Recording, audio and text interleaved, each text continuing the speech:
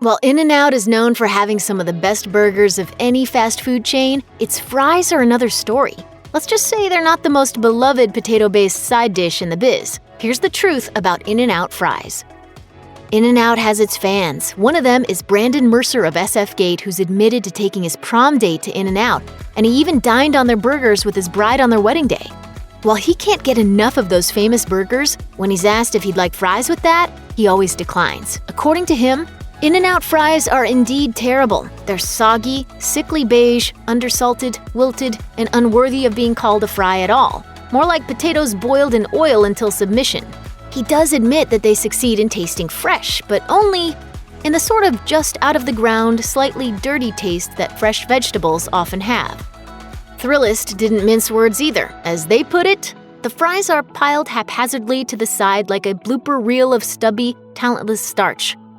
How is it that you're hand-cut by the happiest staff in all of fast food, and still your insides are stiff and cold and devoid of the lush, velvety texture of your craveable contemporaries? Thrillist also pronounced these fries as unworthy of even the basic condiment of ketchup, adding, "Ordering a burger without fries spits in the face of American culinary tradition, but you've left me no choice." When it comes to In-N-Out, it seems that going fryless is really the only sensible choice. If you're on social media, you don't have to look hard to find In-N-Out fry hatred. People aren't exactly Instagramming pics of the fries they're not eating, nor are they creating Pinterest boards dedicated to the diss. On Facebook, however, a question posed by LAist asking how people felt about these fries drew such comments as, "Tastes like salted cardboard to me. The texture is like cold fries, even when they're hot. I think they're terrible. They are wrong in every way possible. And hate them, hate them, hate them." A Twitter thread on fast food fries that popped up in 2019 included remarks about In-N-Out's contribution to the field, such as, "They may be fresh, but the texture is terrible. In-N-Out fries are back alley cardboard bum condos put through a paper shredder and fried in dumpster juice." And I've always thought In-N-Out fries were total trash. I actually trash them whole. Even Matthew D'Ambrosio, a writer for The Vampire Diaries and The Witcher, tweeted, "In-N-Out fries are trash, and I'm glad people are finally talking about that very true fact." There's no denying that celebrity chef David Chang knows a thing or two about food. Despite his renown, he's no snob. He readily admits to eating fast food, including a surprising passion for Domino's. I grew up eating it. That was like my first pizza. But one fast food he won't touch is In-N-Out's fries. He agrees with the rest of the world that they are total garbage, and what's more, he revealed to Vulture his theory about why this is so. Chang lays the blame on the fact that the chain makes such a big deal out of using fresh ingredients. He says that potatoes have their peak season of freshness, but that at other times of the year, they're not going to be as good. Because In-N-Out refuses to use frozen potatoes, this means that inevitably many of those fresh potatoes they're using are going to be out of season and thus not very tasty. Nevertheless, he says, he kind of admires the chain for its commitment to quality, despite the fact that this results in one substandard product. As he put it, "I think it's amazing that they can take a loss right off the bat because they're priming you for the whole experience." In 2019, Los Angeles Times food columnist Lucas Quan Peterson put together what he called the official French fry power rankings. He compiled a chart that ranked the fries from 19 different fast food chains. Fries were judged according to two criteria: texture and taste. The overall best of the best came from Five Guys, with McDonald's famous fries landing at number 2. All the way at the other end was In-N-Out, whose fries ranked dead last in taste and second to last for texture. So why, Peterson asked, is In-N-Out unable to make a better fry? His theory is that it comes down to sheer laziness. In his opinion, In-N-Out has gotten used to coasting on its reputation of having a burger that everyone loves, more for its iconic status that evokes California than for its actual taste. With its reputation already firmly cemented in everyone's consciousness, the chain simply doesn't feel the need to make an edible French fry. The French fries here are really great. David Chang may well be correct that In-N-Out doesn't mind putting out terrible fries as a kind of loss leader proof of its commitment to freshness. And Lucas Quan Peterson may be right in thinking that the chain simply doesn't want to bother. But these theories simply speak to the motivation or lack thereof that has kept In-N-Out fries substandard for years. As for the actual reasons why these fries are so awful compared to other fast food chains, it seems to come down to ingredients and preparation. Quora users have weighed in on what makes In-N-Out fries so hated. Several of them have mentioned the fact that the chain uses the Kennebec potato, which isn't available in grocery stores. Other restaurant chains use the starchy russet potato, so the Kennebec may not be something most of us are used to eating. French fried potatoes? Yep, French fries. While familiarity is said to breed contempt, when it comes to food preferences, the opposite is more likely to be true. Some Quora users also noted that In-N-Out tends to use cottonseed oil, which isn't as tasty as canola or other oils. Maybe it's the fault of the potatoes, the oil, or even the fry cook, but there's one more possible reason why In-N-Out's fries aren't generally beloved. Chef Steve Sampson, owner of multiple Los Angeles eateries, told LAist in 2018 that by slicing the potatoes and then tossing them immediately in the fryer, In-N-Out is making a big mistake. Potatoes should be soaked in water before being fried, as this helps ensure that the fries are properly cooked and can achieve a slightly crunchy exterior while remaining soft inside. But perhaps the biggest goof that In-N-Out makes with its fry preparation is in failing to double fry them, which most other fast food chains do to ensure the crispiest fries. As Sampson explains, the only way to make a really good French fry is to cook it at least twice, if not 3 times.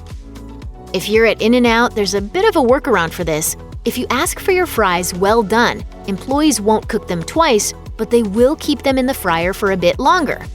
While this won't make In-N-Out's fries anywhere close to what the platonic ideal of French fries should be, it will, at the very least, make them taste like potato sticks.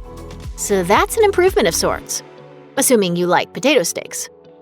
In-N-Out actually offers several different versions of its fry experience. None of them can really transform the fries into anything truly memorable, at least not in a good way, though they do at least provide a certain variation on the overall fry mediocrity. In addition to the basic fries, there are different ways you can special order them. Food Beast characterizes In-N-Out's custom-cooked fry terminology as follows. Light is soft and terrible. Light well is a little crispier than the basic version.